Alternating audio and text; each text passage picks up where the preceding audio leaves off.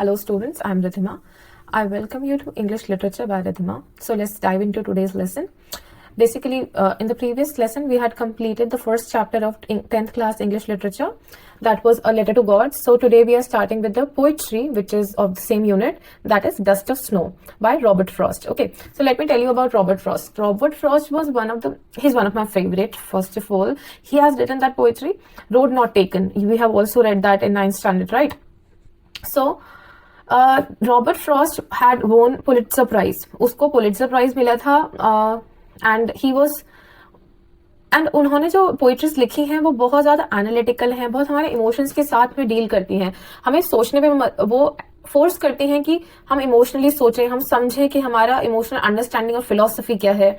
And he use to write near nature, he use to live near nature. वो countryside पे रहते थे, city life से थोड़ा सा दूर नेचर के पास, एंड वो नेचर के बारे में ही लिखते थे.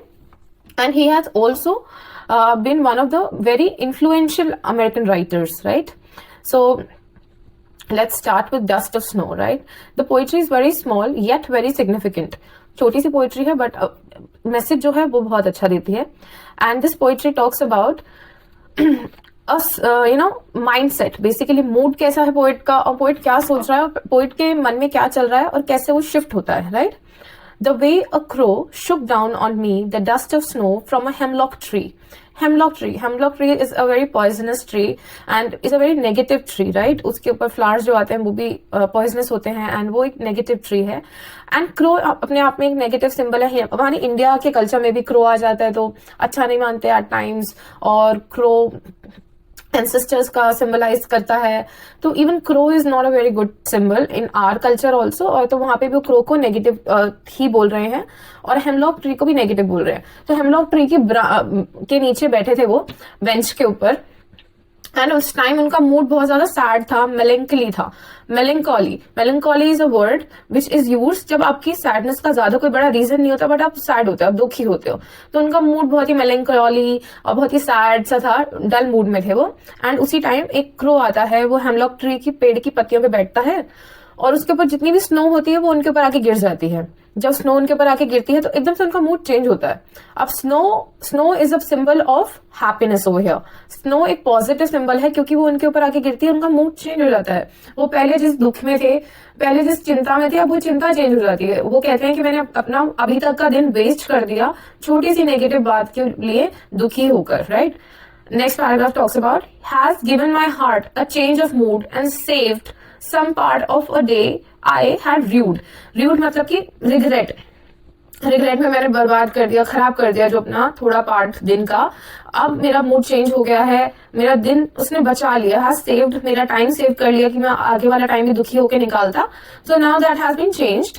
And the poetry is giving us, poetry के अंदर what do you feel, there are poetic devices. First of all there is alliteration होता है repetition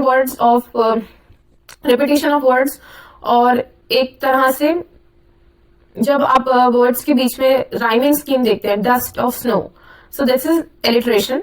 then there is symbolism. Crow, hemlock, ये दोनों नेगेटिव सिंबल्स हैं, and snow is the symbol of happiness over here.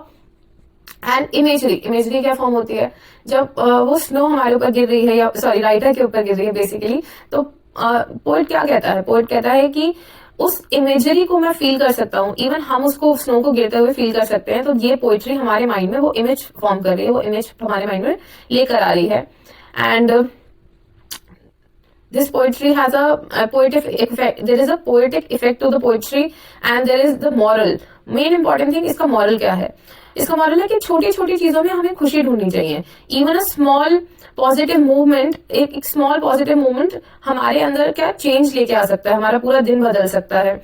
कभी आपका favourite खाना आपको मिल जाता है लंच बॉक्स में, या फिर आपका बेस्ट फ्रेंड आपको मिल जाता है रास्ते पे, तो वो छोटा सा आप पूरे दिन दुखी हो और फिर वो आपका मूड चेंज हो जाता है. तो even the smallest person, food और small little things make you happy. And इंसान को बोल रहे हैं कि खुशियां छोटी छोटी चीजों में ही ढूंढनी चाहिए, बहुत बड़ी चीज में नहीं कि मेरे को ये मिल जाएगा तो मैं खुश हूंगा, नहीं. छोटी छोटी चीजें रोज कुछ ना कुछ आपको मिल जाएंगी, आप उन छोटी छोटी चीजों में खुशी ढूंढने लगे तो आप हमेशा खुश रहोगे. आपको कोई एक बड़े मोमेंट का और एक बड़े इवेंट का वेट नहीं करना पड़ेगा. और उस वेट में आपको लाइफ वेस्ट नहीं करनी पड़ेगी. So you should be happier in every little thing, every good thing around you, and that is a positive outlook जो हमें को ये poetry समझा रही है, right? जो हमें ये समझाना चाहती है. We should look for happiness in simple, smaller, ordinary चीजों में. Okay.